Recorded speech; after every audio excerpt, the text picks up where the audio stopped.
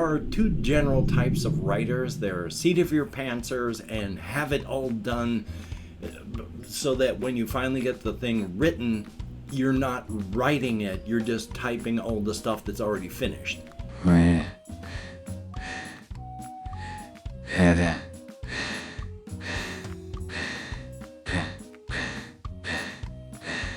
Well, howdy, Nearly Senior Citizen here, and greetings boys, girls, and all of our non-binary friends, and welcome to this, a brand new day. I did not see any clouds in the sky when I went outside this morning. It was just blue, but there was some fog, which has since apparently burned off, and it's going to hit mid-80s, so we should be feeling it like in the mid-90s, real feel. Thumbs up for that. So it's going to be a hot day, old joy. It wasn't bad yesterday, pretty mild. I kept the lights off in here, kept the fans open, the window open, the door, not the window, that's the door, I don't crawl through the window, kept that open and didn't burn up, and then went walkies and it was good, so thumbs up for that. And of course, front loading of videos. Hey, if you could toss me a like if you like what you hear and see, that'd be cool. If you could subscribe to the channel if you haven't yet, that too would be awesome. If you could leave me a comment, that would be very cool. And of course, I would like to thank each and every one of my Patreon patrons, these beautiful and awesome people who are literally beautiful and awesome, helping to keep my pets alive and underneath a roof, and that's a very good thing. Greatly appreciated. I know that my kitty cat and my hamster would thank you if they could. They can't, they don't speak English, so I'm thanking you for them. If you'd like to become a patron, there are links in the video description. If you would like to help me out without becoming a patron, there's a PayPal link. And if you'd like to help me out without sending money, there's an Amazon wishlist link with stuff like cat food on it, so thumbs up on that. And of course, front loading a video over. Yay! So yeah, it's gonna be warm, and I'm already warm because, whew, I overheat easily and I'm moving around, and so I pump out heat. And even though this is an older house, I think it was built back in like the 70s or something, you know, it holds in heat. Yay. Now there is something that really quick I was thinking, excuse me, I had an atria rhythm change combined with a need to cough both at the same time, and it took my breath away for a moment. Thumbs up for that. I have been thinking about this one thing I talked about yesterday, where the one fellow who has a meat-eating squirrel that he's named Gozo, and how it was named because of this thing that was happening where the person who owned the squirrel lives, and prior to that, because of irony and people being people and stuff being shared online, the whole creature, Gozo, became an anti-hero of sorts, and so people were selling things like Gozo 500 t-shirts because everyone was pushing for Gozo to eat 500 people. And it did, so thumbs up for that. But I really like that whole Gozo 500 thing, because to me it strikes me as sounding very old school anime type. The stuff that I used to watch on TV with Speed Racer and Star Blazers and stuff like that. So Gozo 500. What I see as a sort of picture on a t-shirt is it's got go like this, Gozo underneath, and then 500 popped out in big 3D type letters. And then there's frames around the Gozo like that, and then it's on a background of something else. So there's, you know, stars and stuff like that, little bits of decorative stuff around the words Gozo 500. And the picture, of course, that is just, you know, like it looks like a crime scene, you know, where there's blood smeared everywhere and like a severed human hand. You know, because after all, you want it to keep eating people. So, but that whole Gozo 500, I would love to make that in the design that I had just described there as an actual t-shirt merch. So, who knows if my ADHD will be calmed and tamed enough for me to be able to do something like that. So we shall see. Thumbs up. But I just thought I'd mention that. So, I don't have a lot that happened in my life since yesterday. it's a weekend, and so as stated, I did walkies.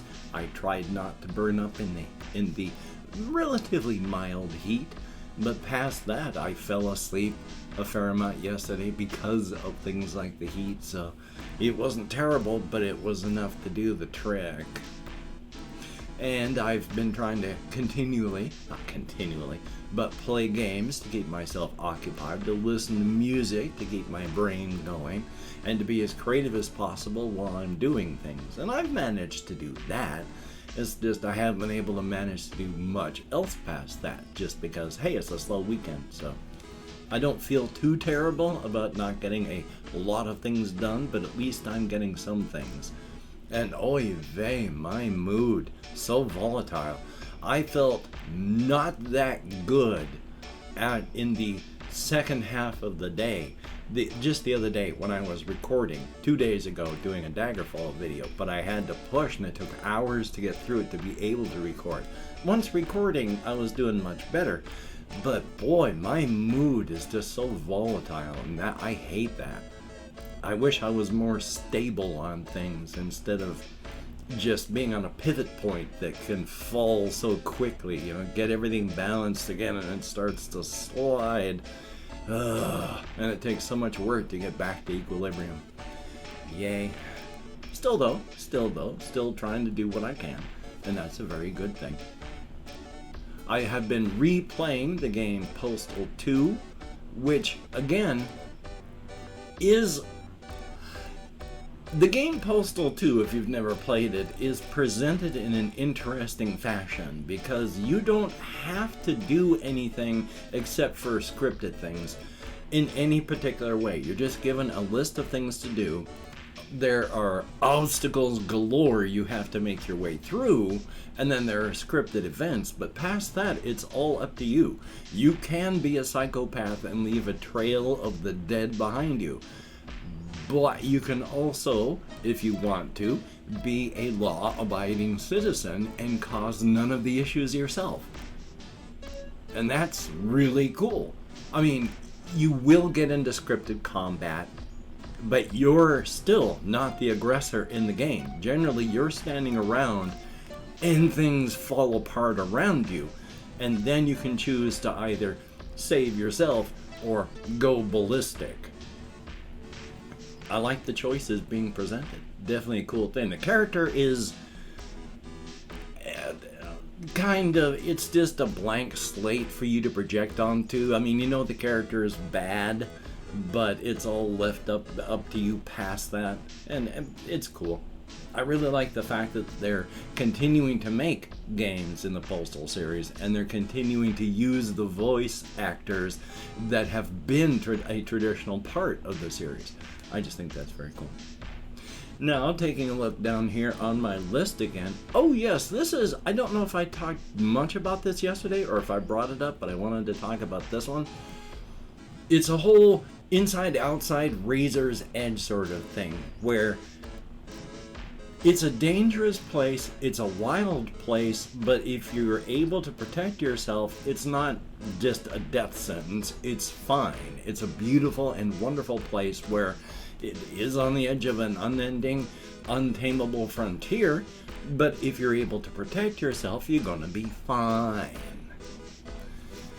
If you're able to protect yourself.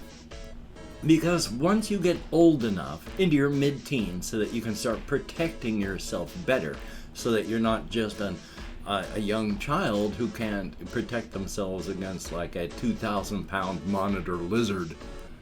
Getting older and being able to protect yourself and do things. So when you start traveling and doing things amongst the glamours and traveling to different places, different cities, you start to run across evidence of just how dangerous the place is. But even with, as stated before, even with the amount of sheer violence and casualties that you see and direct evidence of incredible body counts in violence, even if you destroyed, say, 10,000 people a day, and you did that for 10 years, At the end of that time, there would be more people around you than there were when you started. There's no danger of people being wiped out ever. There's always more people on the inside and on the razor's edge. So dangerous and frightening as it may be, it's also filled with people. And the one thing that I was thinking about, trying to remember here, looking on my list again, yes, I love, oh goody, a fruit fly came in through my little window. Little fruit fly came in through my normal window. Yay. Take a look on here again. I am so easily distracted by ADHD. But once you start traveling, it becomes a rare day when you don't stumble across the half-eaten corpse of a random unnamed stranger. That's so unusual that sticks out in your head. Otherwise, it's just, you see just, oh, somebody got et. It's a rare day when you don't stumble across the still moistly decaying human remains from some poor bastard. Those days stick out in your head when you don't come across that stuff.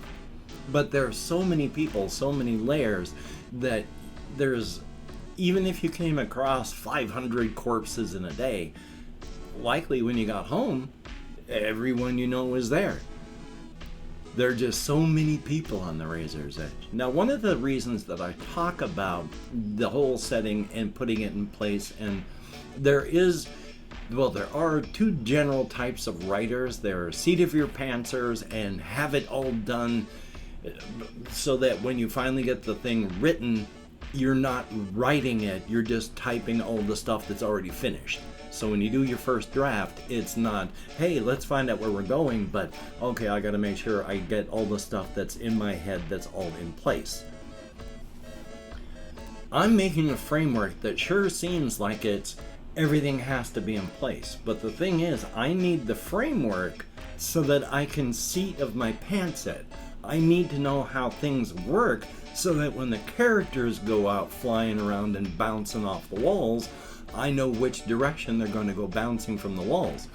I'm still flying seat of my pants on what happens to the characters when stuff, starts to hit the fan. And it depends on the characters and their reactions with what's going to happen. But I need to have the setting in my head as concrete and firm as the outside world. So when I give all these extra details, they may sound like I'm just doing something for nothing. And while I do, as stated, have a stack of stuff like this that I'm going to pare down is for the project that actually becomes this that is the project, I need all of this to hang this on. So I'm not just creating for creation's sake. It is the way my creativity has to work. But remember, there is nothing wrong with creating for creating's sake. You do not have to create and do creative things for money. You do not have to monetize your passions. You do not have to write a novel and sell it for your creative work to be valid and pleasurable to yourself and others. I have seen this written in much better ways with other posts online, but they were effectively saying, if you enjoy making settings, make settings. You don't have to sell them. You don't have to monetize your passions. If you like to do something and you don't get paid for it, that's fine. You listen to these people online, the motivational speakers who call themselves Sigma males. All these people, when they're always pushing, you gotta be grinding, you gotta be hustling, you gotta take out everything that makes life worth actually living so that you can push to have that life. Why? If you hate the life you have because you've stripped out everything that's fun, what's the point? You don't need to monetize your passions. If something brings you joy, like say you have a setting where there's a whole multiverse with a cosmic horror framework, and because of your mental conditions, your depression, your ADHD, and all of that, you never actually manage to get the project done. Even that's okay. I have to make sure not to beat myself up, because I really have no ideas whether or not I'm going to be able to pull this thing all together and make something out of it. But the whole point of it as well is I don't need to.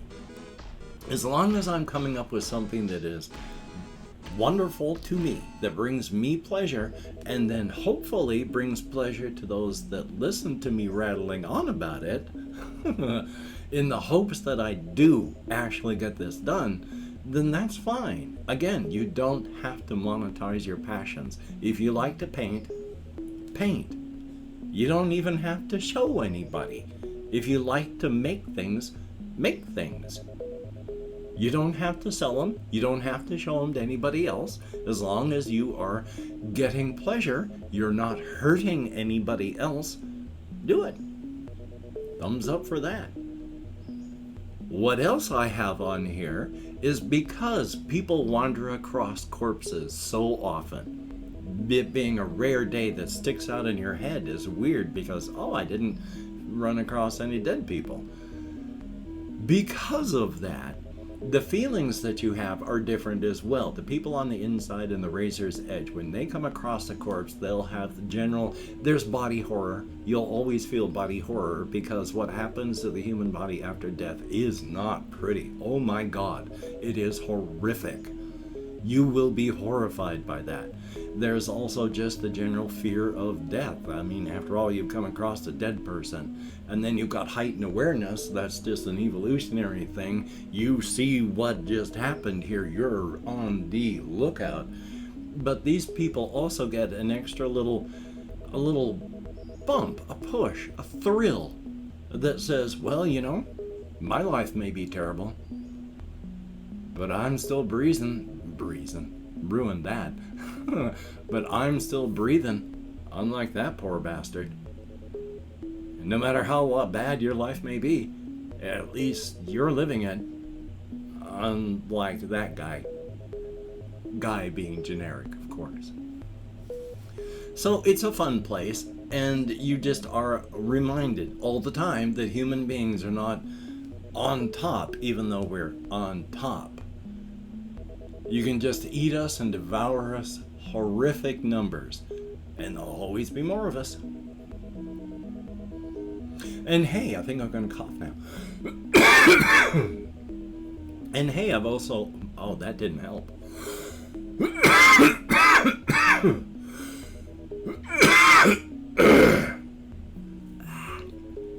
Joy. And hey, I've opened up 24 hours worth of comments in my community tab. I'm going to go through and thank however many people have left me comments in the past 24 hours. If I mispronounce a username, no disrespect is intended. And even though I count American Sign Language, well, you've already seen how my brain works. So I have my Chrome open here. We have... Oh, good golly, I am so organic this morning. My sincere apologies for being a carbon-based life form. We have Jesse Koskinen.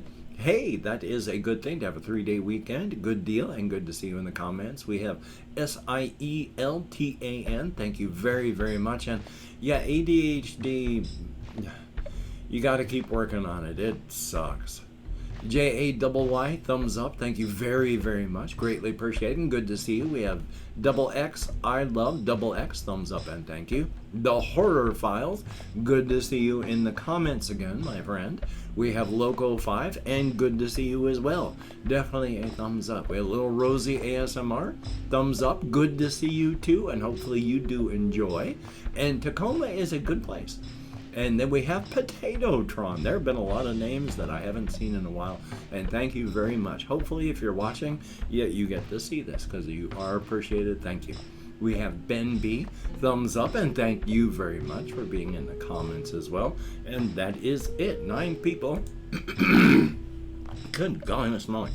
9 people who left me comments in the past 24 hours. You get me out of my head and into the world and dealing with real people. If only for a short time and if only in text. But it is appreciated to no end. Definitely a good thing. Well, it being Sunday, I'm gonna just take it easy. I'm gonna play video games today. I've been playing things like Astroneer on top of Postal 2 and other games like that. I'd play more Postal 2, except it does tend to crash a lot. It's always fun to lose progress.